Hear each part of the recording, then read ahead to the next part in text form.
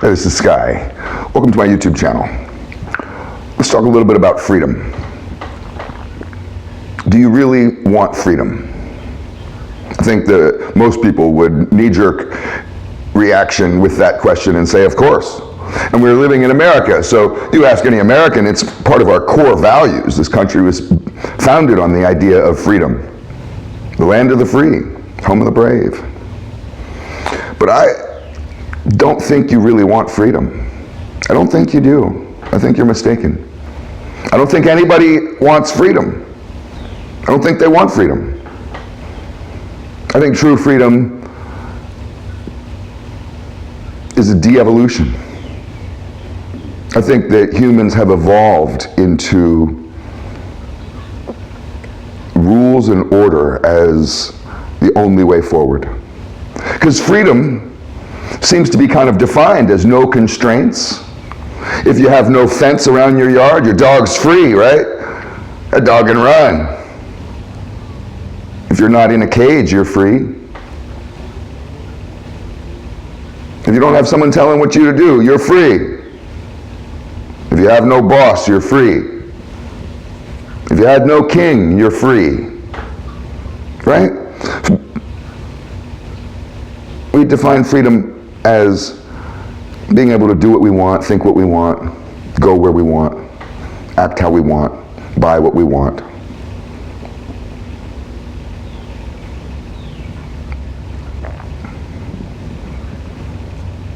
The first thing you have to really wonder about with freedom, though, is what happens when you truly set someone free. It's kind of funny because you could take a dog and put it in the middle of a field and then go hide behind a tree if there's a tree nearby. So the dog truly feels alone. You just drop that thing off and go hide behind a tree. That dog will just sit there, not really even knowing what to do. Its freedom is confusing to him. It's going to sit there and look for you. It doesn't know what to do. I've met humans like this. I've known people that have done lots of time in prison. After a few years, you get programmed, you like it. I know guys that like prison more than they like freedom.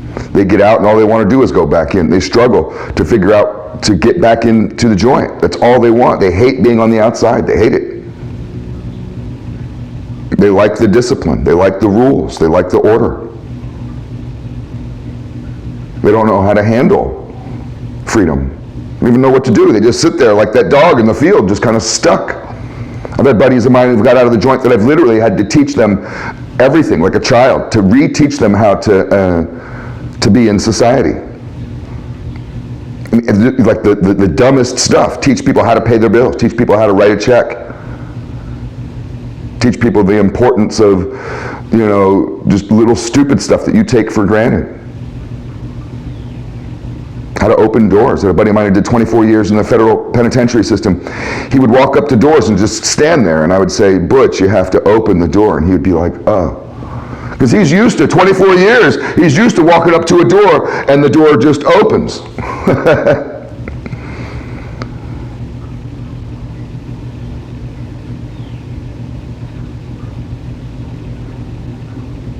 There's this idea that moral freedom is not really freedom. I think it's interesting because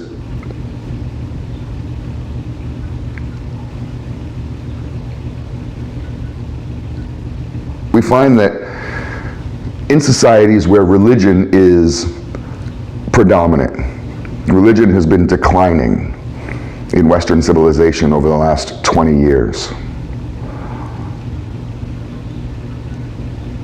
We find in areas where people have a strong spiritual connection to whatever religion. It doesn't have to be Christianity, it could be Jewish, Muslim, whatever, Buddhism.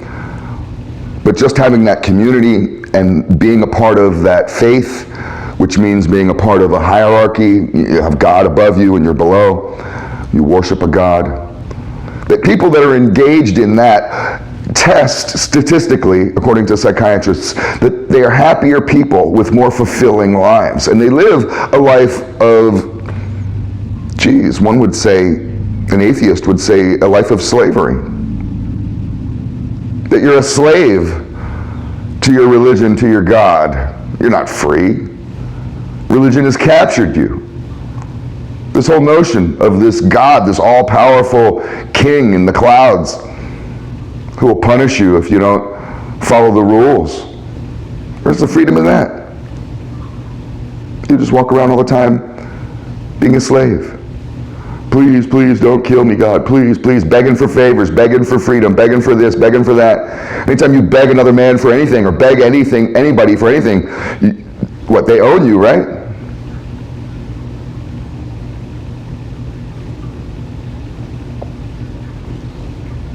And in societies where religion goes out the window, atheist societies,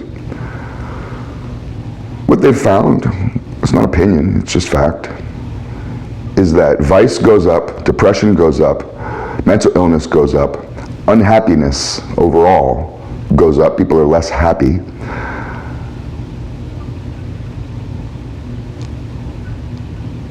I just find that fascinating. Do you really want freedom? Doesn't sound like you do. So moral freedom is not really freedom if you give up your God and devolve into a diseased animal. We think the government is too constraining. Many people have this idea of small government, of no government. Some people, the anarchists, are particularly believe in no government. There are some right-wing extremists who also kind of believe that. My father was particularly like that, believed in no government. He's kind of part of this patriot movement, move up to the hills, you know.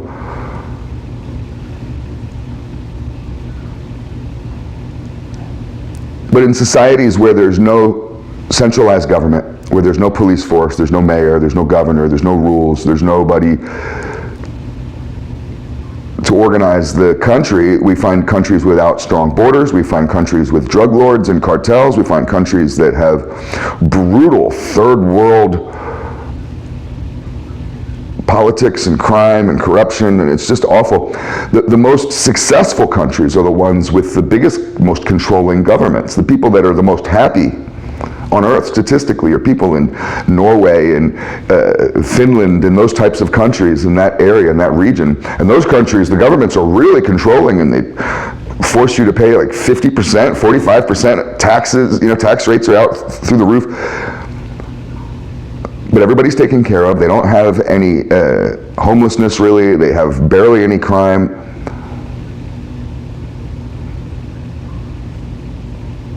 But then there's this theory.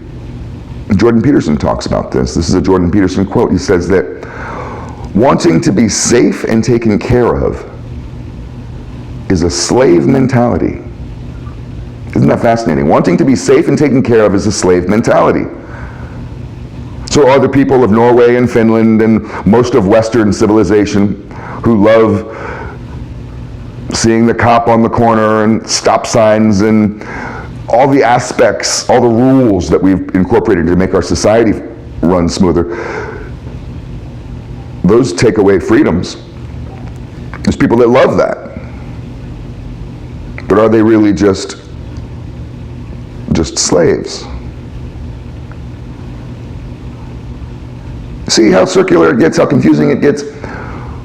I don't think you really want freedom. I think you want a cage to sleep in at night because you feel safer that way. I don't think you want freedom. I think you want police to come and protect you and to tell other people what to do because you can't figure out how to live in a world where you don't have a brutal, militarized bunch of men that can come at your beck and call and force other people to get in line. Do you want to live in a neighborhood where people don't mow their lawns? No, it's my property value. Go mow your lawn. Oh, that argument happens around here all the time. You want rules. You don't want freedom. You want anarchy? No, nobody wants anarchy. Even the anarchists don't want anarchy. They want rules. You want a government. You want a king. You want someone to turn to. What was the ultimate threat when you were a kid? I'm telling. Right? I think we're naturally born into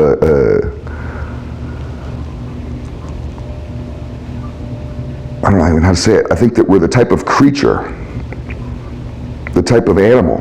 Humans are the type of animal that need rules, need order, and we need discipline. I could take a motherfucker whose life is lost,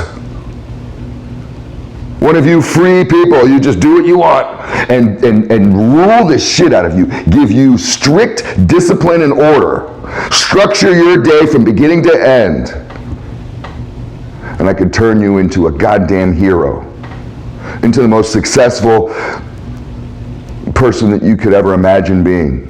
And I could do that with rules, not with freedom. I don't know. It's all food for thought.